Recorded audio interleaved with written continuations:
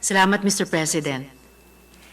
Mr. President, I rise on a point of personal and collective privilege. I rise not only for myself, I rise for ordinary Filipinos bewildered at what is happening in the country today. Puro closed-door usap, puro negotiation, kung ano-anong compromise, pero tila napag-iwanan ang bayan. Kahapon, isinagawa ang Bagong Pilipinas Movement na rally sa Quirino Grandstand. Sa Davao naman, may prayer rally. At ngayon, Lunes, nakatayo na tayo sa sangandaan ng kasaysayan. Now that the dust has settled, we can see clearly now. Malinaw na ang lahat sa ating mga kababayan. Ang malinaw sa lahat. Parang may mali. Pinangakuan nila tayo ng unity.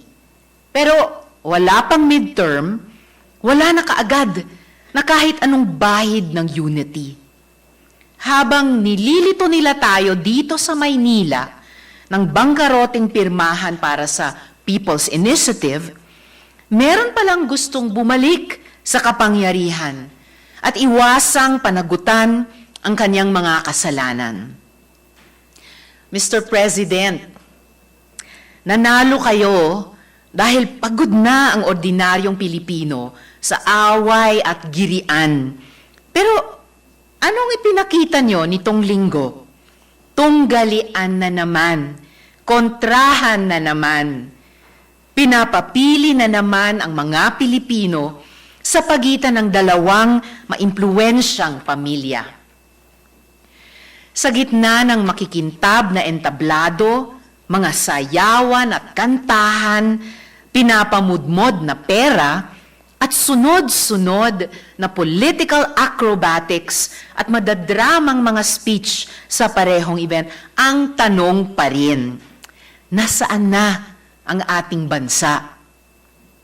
Kung tatanungin ang mga Pilipino, ang kailangang tugunan ay ang presyo ng pagkain at ang pagtaas ng sweldo, lalo na ng mga minimum wage earners.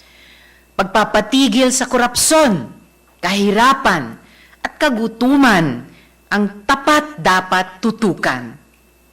Walang naghahanap ng pagbabago ng konstitusyon, kundi yung mga kahaman. Nagulat na lang tayong lahat na habang nagpapapayak na Noche Buena kasama ang pamilya, na isinusulong na pala ng pailalim ang isang signature campaign para sa huwad at bangkaroteng People's Initiative. Hindi pa nauubos ang tirang fruit salad sa refrigerator. Naabot na agad nila ang 3% na kailangang maabot na pirma sa bawat legislative district. At dumating na nga sa paghahakot para sa tinawag nilang Bagong Pilipinas Movement na rally sa Quirino Grandstand. Ang sabi ng Presidential Communications Office o PCO, wala daw itong kinalaman sa tulak para sa People's Initiative. Mawalang galang po. Pero sino po ang niloko ninyo? I would like to show evidence, Mr. President, of how well coordinated that entire exercise was. Government workers were mobilized across agencies.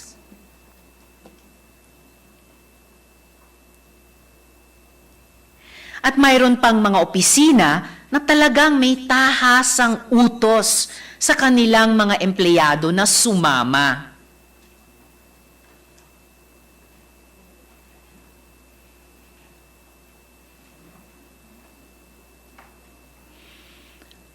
At ito naman, utos sa mga barangay na magpadala ng mga tao.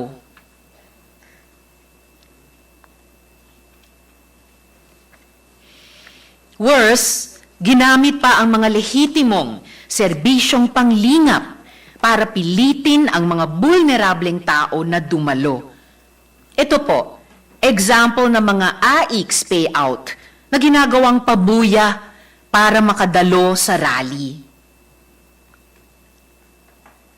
Kaya hindi po nakapagtataka kung bakit ganoon po kadami ang dumagsa sa Quirino Grandstand kahapon. Ito po kumikinang sa kaputian ang mga video.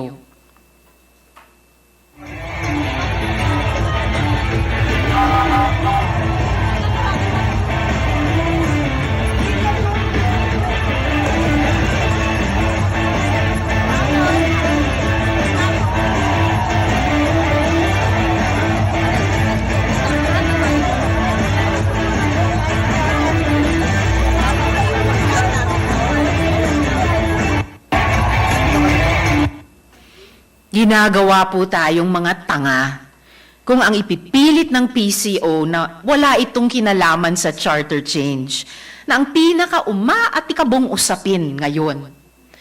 Hindi po tayo pinanganak kahapon para utuin nila na ito ay paraan para, and I quote, Yusek Bara, quote, ma-communicate ng pamahalaan ang kanyang commitment to level up its services. Close quote. Mag-level up lang pala ng service. Bakit kailangan pa ng rally? Gawin nyo na lang po. I have evidence, Mr. President, that payouts were taking place at the rally and given to those who signed the petition or mobilized others to sign the petition. Ito po, patikim.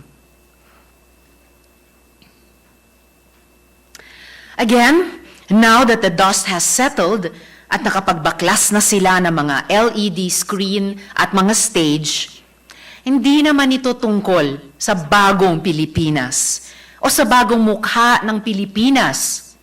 Hindi ito tungkol sa patriotismo o pagmamahal sa bayan.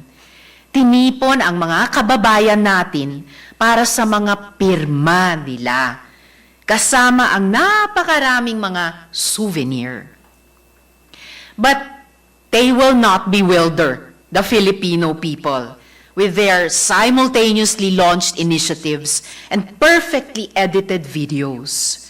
We will not let them glorify themselves as defenders of democracy and the rule of law.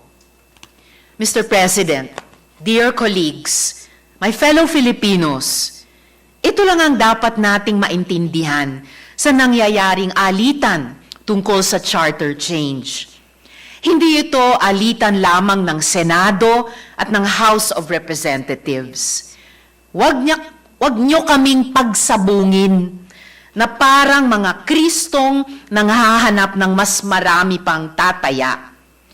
Kinabukasan natin ang pinag-uusapan dito. Kaya bigyan naman natin ng dangal at respeto ang saligang batas. Of course, this is an attempt to ease the Senate out by introducing the sentence voting jointly.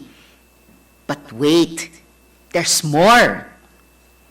The bigger story is that by sheer mathematical numbers, the House of Representatives, the leadership of which is by tradition aligned with the executive, could unilaterally change the Constitution according to the dictates and desires of the sitting President. Hindi lang po ito si Presidente ngayon, kundi ang lahat ng susunod na President sa kasaysayan ng Pilipinas. Paano kung ang susunod na liderato ay gustong padaliin ang proseso ng pagdeklara ng martial law o tanggalin ang karapatan ng mga manggagawa? Paano kung gusto lusawin ang Bill of Rights o tanggalin ang term limits ng presidente? Katawa-tawa naman yan na pag ang usapin ay papalitan ng pangalan ng kalsada o kaya gagawa ng National High School, sasabihin, magkahiwalay na pa siya ng Senado at HOR. Pero para sa usapin ng saligang batas na kaluluwa ng bansa, House lang ang magpapasya. If we allow this, we do not just unbalance the powers of the Senate vis-a-vis the House of Representatives, we weaken our democracy. We render our democracy unrecognizable. And yet, Mr. President, mga minamahal kong kababayan, hindi natin kailangan mamili sa dalawang nag-uumpugang mga bato, lalo na kung ang tanging inihain lang naman sa handaan ay kahirapan at korupsyon. There is always an alternative.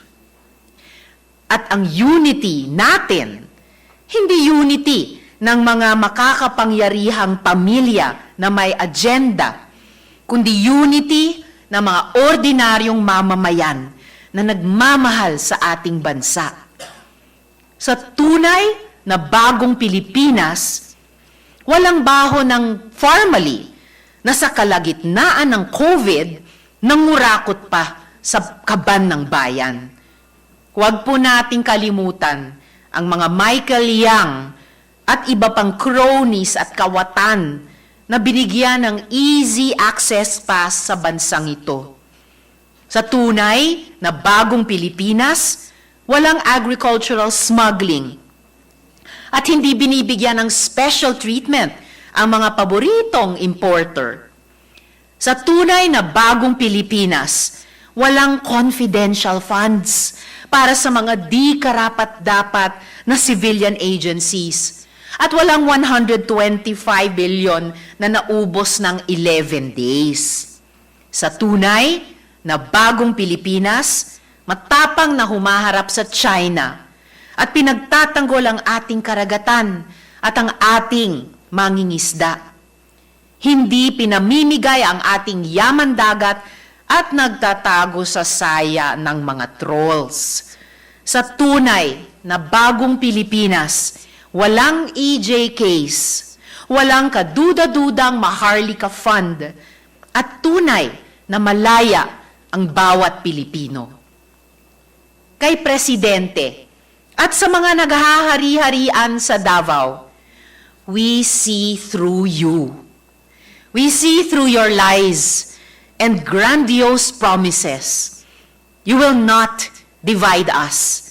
Hindi nyo mabubuwag ang demokrasya at kalayaan sa bansang ito. And to my fellow Filipinos, let us speak truth to power. Uncover reality. It is only with truth that we strike our path amidst the smoke and mirrors. What is at stake is the future of the Philippines, not just the future of the Dutertes or the future of the President's family. Mabuhay ang Senado at higit, mabuhay ang sambayanan. Salamat po, Mr. President.